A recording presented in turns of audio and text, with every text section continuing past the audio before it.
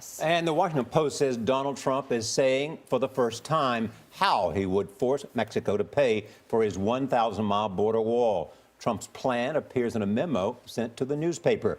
Josh Elliott of our digital network, CBSN, is here with the proposal that could affect millions of people in Mexico and the United States. Josh, good morning. Charlie, good morning to you. In that memo to the Post, Trump outlined his financial threat. Unless Mexico makes a one-time payment of $5 to $10 billion, the United States will block billions of dollars being sent home by immigrants. Now, Trump called it an easy decision, but experts say there's really nothing easy nor necessarily clear about his proposed plan. Who's going to pay for that wall? 100%. Since the start of his campaign, Donald Trump's proposed wall has grown bigger.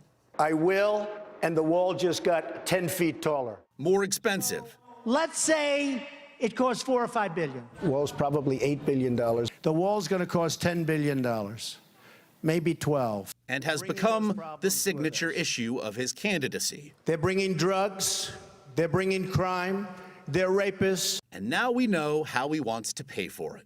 On 2 pages of Trump letterhead, he laid out his 3-day plan. On day 1, amend the Patriot Act so that no alien may wire money outside the United States. On the 2nd day, according to Trump, Mexico will immediately protest the potential loss of cash flow, which leads to the 3rd day, when his administration will tell Mexico that if its government pays billions towards the wall, the regulations will not go into effect. He might be better off getting his checkbook out because that might be the only way he's going to be able to fund this. Stuart Anderson of the National Foundation for American Policy says Trump's plan pushes the boundaries of legality. Donald Trump's proposal appears to go well beyond what is in the legal text of the Patriot Act, and as such, would likely be tied up in courts for years.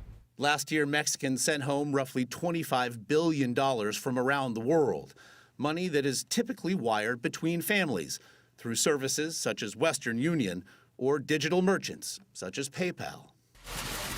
President Obama suggested Trump's plan was mere political posturing. The notion that we're going to track every Western Union bit of money that's being sent to Mexico, good luck with that. Americans do remain split on their support for a border wall, but more than 7 in 10 Republicans like the idea. Mexicans, meanwhile, have met Trump's rhetoric with burned effigies and harsh words from former presidents. I'm not going to pay for that wall. He should pay for it. He's got the money.